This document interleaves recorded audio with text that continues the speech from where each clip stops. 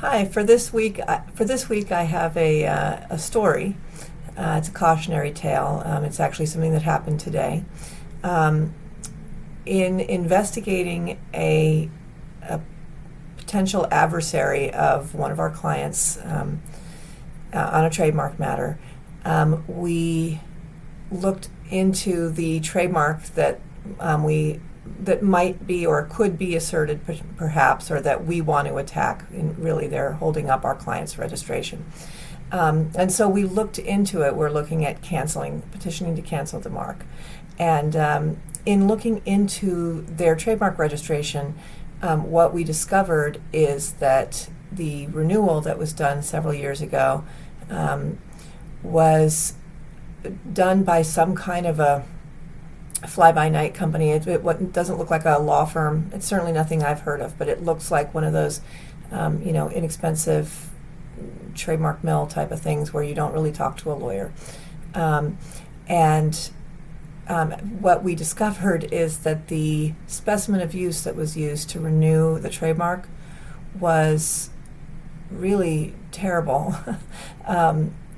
And sometimes the specimen is terrible because it's the best that they could find, but this was really terrible. It was, I can't even believe the trademark office accepted it, because it really doesn't support the goods and services that are claimed on the registration, but it did go through.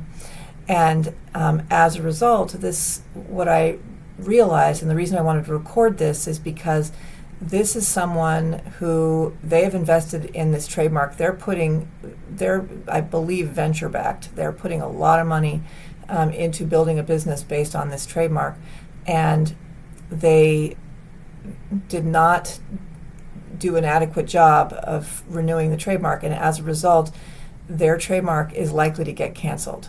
We have an excellent case to cancel this trademark because the specimen of use that was used is so terrible. It doesn't support. It's if that's what they submitted, and they submitted one picture, that's it, and it's just not effective. It doesn't show use of the trademark in commerce for what is actually claimed on the registration. So the reason I mention this is because a lot of times companies think renewal, anyone can do it. It's just you just pay the money and renew the registration, but that's not all there is to it. You need to prove that you're still using the mark in connection with the goods and services that the trademark was registered for, and the quality of the specimen that's used matters a great deal, because you may feel like you've had this trademark for 20, 30 years. It's, no one can take it away from you.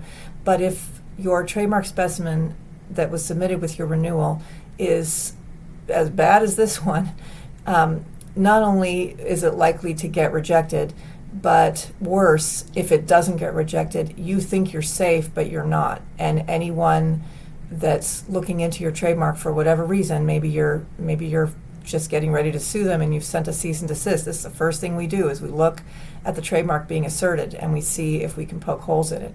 And if you have a questionable renewal specimen, you are really vulnerable.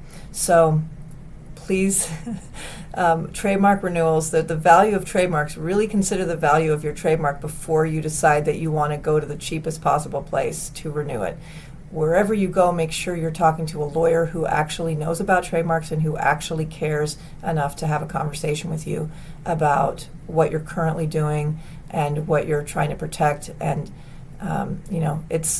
it will cost you a little bit more in the short term, but it will cost you a whole lot less in the long term, because you will be protecting your trademark and your registration.